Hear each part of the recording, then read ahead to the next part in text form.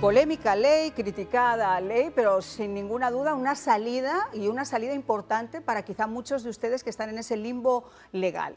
Yo he hecho la presentación, pero aquí en Miami nosotros tenemos a José Luis Campillo, él es el CEO de JLCA &As Abogados, es un bufet que lleva establecido aquí 5 años de forma oficial, aunque tienen relaciones, me estaba contando justo antes de comenzar el programa, por más de 20 años con nuestro país. Y él obviamente y su bufet, los encargados de poner un poco de luz a esta ley y de ayudarles a muchos de ustedes quizá pues a poder conseguir esa ciudadanía. José Luis, muchas gracias por acompañarnos. Muchas gracias, Marian. Un placer que estés con nosotros porque esto es muy importante para muchos de nuestros televidentes. La primera pregunta, la del millón, que yo lo he hecho así como de pasada. ¿Quiénes aplicarían para poder conseguir esa ciudadanía? Yo creo que lo has explicado perfectamente. Es decir, hay 3 grupos fundamentales, aquellos que fueran hijos o nietos de españoles nacidos en España que tuvieron que emigrar y entonces pudieran haber pedido la nacionalidad o renunciar a la misma, que es un amplísimo grupo. Luego los hijos de mujeres que perdieron la nacionalidad por casarse con un extranjero. Un ejemplo sería una señora gallega que se casó con un venezolano y perdió la nacionalidad. Y en un tercer grupo serían todos aquellos hijos mayores de edad que en la última ley del 2007 de memoria histórica no pudieron naturalizarse como españoles. Fíjate que yo había notado aquí, obviamente después de la Guerra Civil, los españoles vinieron masivamente al continente americano y se establecieron en Venezuela, se establecieron en Cuba y en Argentina. Sí. Y ahora hay miles de ellos que podrían llegar a beneficiarse de esta circunstancia. Ahora, muchos se preguntan también, ¿cómo demostrar que sus padres o sus abuelos, en ese caso, vinieron realmente por una cuestión de persecución religiosa o persecución política? ¿Hay algún mecanismo que les haga realmente demostrar, que les pueda hacer demostrar que es así? Esa es muy buena pregunta. De hecho, se aprobó la ley el 20 de octubre, entró en vigor, se aprobó el 5 de octubre, entró en vigor el 20 y recientemente, el 26, se dictó una instrucción del Ministerio de Justicia, de la Dirección General de Seguridad Jurídica y Fe Pública, para establecer los criterios. Y uno de ellos ha sido, en el grupo primero, el de los hijos y nietos de españoles, ofrece una presunción de exiliado a todos aquellos que salieron de España del 18 de julio del 36 hasta el 31 de diciembre de 1955. ¿Significa eso que los que no estén en ese grupo no puedan considerarse exiliados? No, lo que pasa es que tienes que probar con más documentos dicha condición. Claro, porque fíjate que una de las cuestiones que aquí se preguntan es, aquí vino muchísima gente porque América y sobre todo Argentina era el granero de Europa, había muchísimo hambre después de la guerra, pero una cosa es ir buscando un futuro mejor y otro, como está redactada la ley, que es quizá lo confuso, poder demostrar que realmente eres una persona que ha salido por una cuestión política, de ideología religiosa o de persecución sexual, ¿no? De género. Es complicado, pero realmente, si te dan una presunción de exiliado, uno puede decir que pertenecía a un partido que estaba en contra en aquel momento del movimiento que ocurría en España, otro pudo decir que tenía una ideología contraria, por ejemplo, a la Iglesia Católica. En fin, es una prueba un poco complicada a veces, ¿no? Pero si te dan la presunción... Ahora, otra pregunta que se hace muchísima gente, ¿se puede aplicar a esta ley sin estar físicamente en España? Sí, de hecho es uno de los beneficios fundamentales. Eres español de origen, pero además no necesitas residir en España.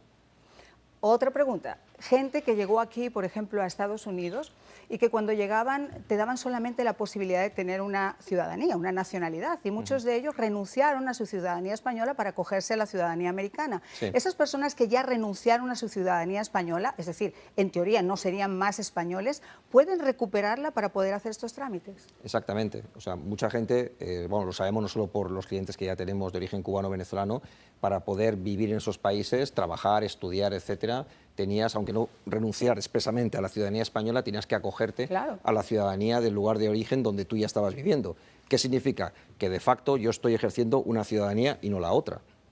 Y yo no creo que esta ley el gobierno español vaya a hacerla muy restringida en el sentido de decir, no, no, tú eras español porque estabas en Venezuela, aunque no lo utilizaras. Entonces no tiene ningún sentido para mí tener una ley de memoria democrática si yo realmente no pude, o mi abuelo no pudo ejercer la ciudadanía española. Claro, te lo cuento porque aquí hay muchísima gente que, de verdad, y sobre todo los que llegaron después de la Guerra Civil, que se acogieron a la ciudadanía americana, al rechazar la ciudadanía española, cuando aquí hemos ido al consulado, y se me han dado muchísimos casos a lo largo del año que me han pedido ayuda, cuando han ido al consulado, han tenido que volver otra vez a ejercer, o sea, a demostrar que son españoles pidiendo certificados de nacimiento, pidiendo certificados de empadronamiento. O sea, no es una situación tan fácil. ¿Es un puente para conseguir esta ley o una vez que tú reclamas lo que la ciudadanía a través de la ley de memoria democrática, eso ya quedaría saldado? ¿Entraría a formar parte de ese proceso? Claro, o sea, la instrucción del Ministerio de Justicia lo que establece son exactamente esos criterios, con una serie de documentación.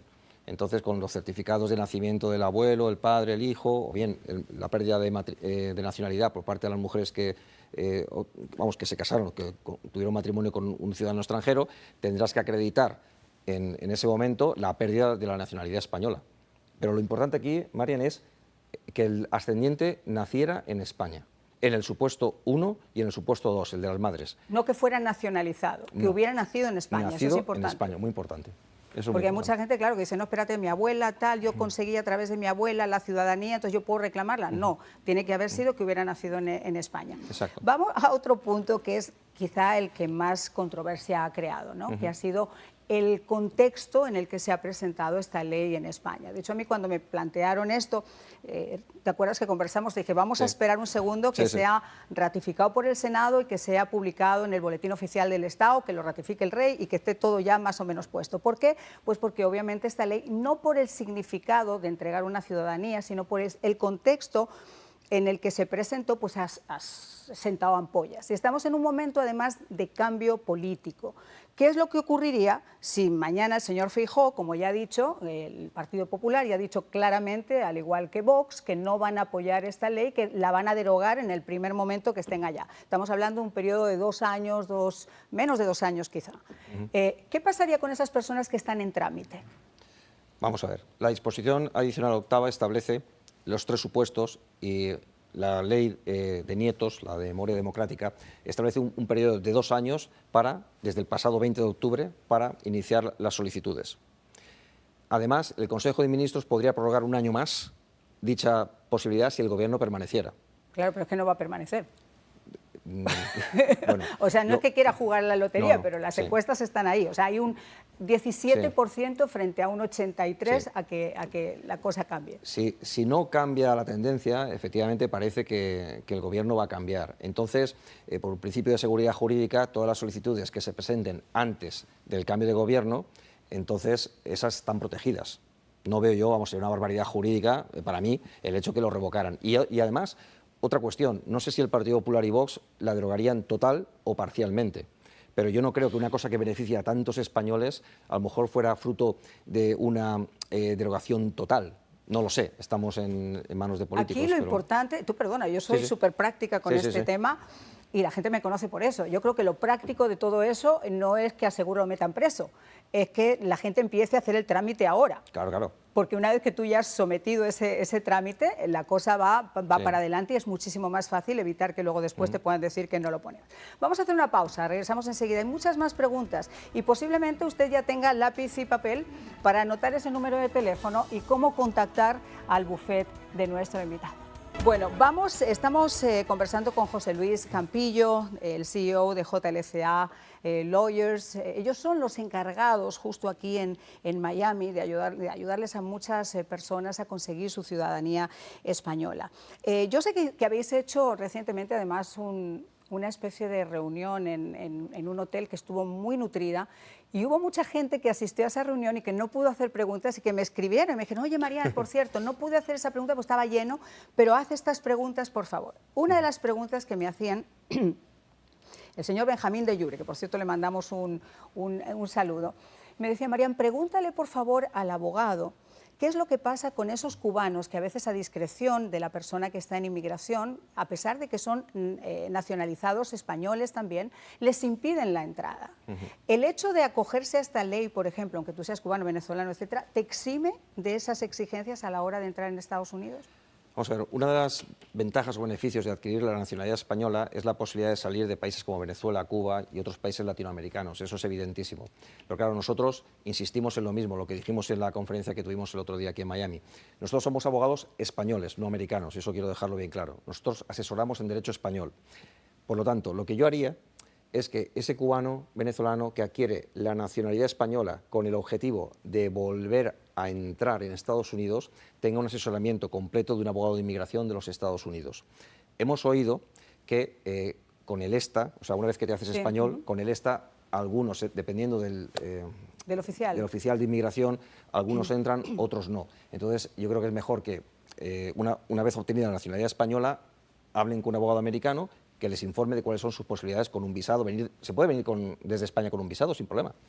Sí, pero te voy a decir otra cosa, aunque se cuente con la asesoría de un bufete de abogados americano, puesto que se está tratando de una ley de España, con todo el respeto del mundo, pero lo mejor es recurrir a una firma de abogados españoles que sepan realmente cuál es el contenido de la ley, cómo se maneja. Digo una vez que se ha obtenido la nacionalidad española, porque el objetivo sería, alguien que sale de Cuba se viene a España, reside en España unos meses con el objetivo de venir a los Estados Unidos. Nosotros ya no podemos asesorar en la entrada a Estados Unidos, podemos asesorar en la obtención del pasaporte español. ¿Me explico? Sí, claro. Sí. O sea, muchas de estas personas que tienen el ESTA, por discreción de ese oficial, se le ha negado la entrada. Aunque sí, seguimos insistiendo que conseguir esta ciudadanía sería una cosa maravillosa para poder buscar esa salida legal. No solo además a España, sino por un tema del convenio de Schengen, de que Europa es una Europa sin fronteras, puedes llegar a España y después moverte al resto de Europa. O sea, que en el caso de profesionales que estén buscando ampliar sus metas profesionales también es importante, ¿no? Uno de los beneficios fundamentales es la adquisición de la ciudadanía europea. Puedes moverte y trabajar libremente por toda Europa. Y el pasaporte español, no lo olvidemos, si no estoy equivocado, es uno de los que más pesa en el mundo, detrás de Singapur y el primero que es Japón. Es decir, que entras casi a 190 países sin visa. Es decir, el pasaporte español es muy importante. ¿Qué te parece si les comentamos a nuestros televidentes cuáles serían los requisitos entonces para los papeles que se necesitan y cómo comenzar a recopilar? Bien, pues básicamente son tres supuestos. Los que fueran hijos o nietos, si nacieron, es decir, perdón, si el exilio se produjo desde el 18 de julio del 36 al 31 de diciembre del 55, es más fácil, son certificados de nacimiento o de bautismo de los abuelos, de los padres, del solicitante y luego una serie de documentación que acredita ese viaje, ¿vale? Tienes que acreditar que salió en esa fecha. Si no, si estás fuera de ese supuesto, entonces tienes que acreditar más cosas. Si pertenecías a un partido político, cartillas de militares, pensiones de exiliados, etc. No significa que no se pueda hacer, significa que es más complejo, ¿vale? Fíjate que el viernes estaba hablando con el nuevo cónsul y estaba hablando con Ricardo en el Consulado General de España para saber cómo estaban tomando eso antes de hacer este programa contigo. Y me decían que obviamente ya hay un aluvión absoluto de intentar por su cuenta hacer las solicitudes y el consulado, vamos a ser totalmente honestos, por mucho que lo quieran hacer, ellos no pueden aplicarse a cada persona a decirle exactamente qué es lo que necesita y cómo debe hacerlo. Yo sé que el consulado, de alguna forma, ha recomendado que sea la firma que vosotros estáis representando quien ayude a la gente a entender y a plantear cómo pueden conseguir su ciudadanía. De hecho, nos consta que tanto el Consulado de Miami como otros muchos consulados están reforzando sus plantillas, pero yo honestamente no veo a 10.000 o 15.000 personas aquí haciendo cola y los expedientes, Marian, físicos, ¿dónde los metes? Entonces, a tal efecto, nosotros, igual que otras firmas de abogados españolas, hemos presentado un escrito al Ministerio de Justicia solicitando que, al igual que se hace el trámite de nacionalidad por residencia online, que nos dejen hacerlo también online, porque de esa manera evitas colas, que la gente está acampando en La Habana, creo, ¿no? En el consulado, lo vi el otro día. Y eso es una barbaridad. En Argentina, en Buenos Aires, las colas son... Imagínate que ha habido presentaciones de documentación hasta en el Centro Gallego, en la Casa Gallego, porque la gente está totalmente perdida y quieren saber cómo pueden acogerse porque saben que tienen... ¿Cuánto tiempo se demora más o menos este trámite? Si se hace ante los consulados, es un misterio, pero una residencia online actualmente está tardando unos 10 meses en resolverse. Perdón, una nacionalidad por residencia, si se hace online. va a depender de cada consulado. Me consta que todavía no están resueltos ni en La Habana, ni en Buenos Aires, ni en México y en muchos otros consulados muchas solicitudes de la Ley de Memoria Histórica del 2007. Exacto. Exacto. Ahí tienen la respuesta. Y ese es el problema, porque además cada documento que se pide, y sobre todo muchas personas que van a comenzar ahora mismo esos requisitos, los empadronamientos estaban hechos incluso en aldeas, y esas aldeas han dejado de ser aldeas y ahora han pasado a formar parte de comunidades, pero entonces es muy difícil encontrar hasta los certificados de nacimiento. O sea, te digo que yo los años que llevo acá, mucha gente me ha dicho, Marián, yo nací en una aldea de tal, pero esa aldea ya no está y ahora me han dicho que tengo que ir a Vigo y de Vigo me han mandado a no sé cuánto, y solamente en ese trámite, en conseguirlo. Y luego además el problema de que caduca a los 3 meses, Eso es. que ese es otro problema gravísimo que usted tiene que tener en cuenta. El problema es que al final la gente se pasa 6 meses en simplemente hacer ese trámite. Sí. Sí, nosotros les decimos que, de verdad, que una oportunidad histórica como esta, que utilicen profesionales, Claro. porque luego es que además tenemos que coordinar los certificados, por ejemplo, de Venezuela, que no caduquen con los españoles.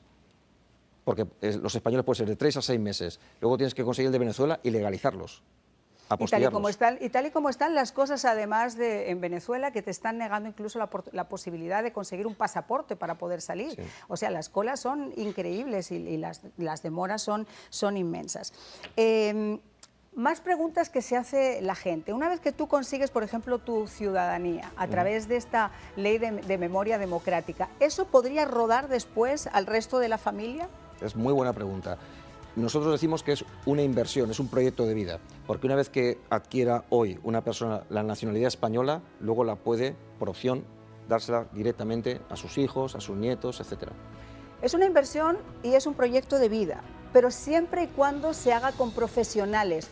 Y ojo, muchísimo ojo, porque ya hay gente amiga de lo ajeno que se están vendiendo como asesores y al final esa inversión podría ser un disgusto. Bueno, nos queda un minutito de programa, pero yo sé que muchos de ustedes quizá ya hayan satisfecho sus dudas. De todas formas, José Luis, ¿alguna recomendación de último minuto? Bueno, yo creo que es una oportunidad histórica, que la gente se dé prisa por la posible derogación de la ley. Ser ciudadano español significa ser ciudadano europeo, no necesitas residir en España y además, vuelvo a repetir, el pasaporte español pesa mucho. Es una oportunidad para que la gente no ponga en peligro sus vidas para salir de países en Latinoamérica, Venezuela, Cuba, etc. Y además en España se quiere mucho a toda la comunidad latinoamericana, es la realidad. Claro, es como el payback, ¿no? ¿Cuántos españoles no salieron, tuvieron que salir y venir para acá? Que en ese momento era la única oportunidad de salir adelante. Quizás una buena retribución, importantísimo. Tienen en sus pantallas los teléfonos. No caigan en manos de personas, como les digo, amigos del ajeno, que les pueda llevar a tener un problema. Y háganlo a tiempo. No estamos seguros de cuánto tiempo va a tardar en derogarse esa ley, pero si lo hace ya, bueno, eso que se lleva. Muchísimas gracias, José Luis.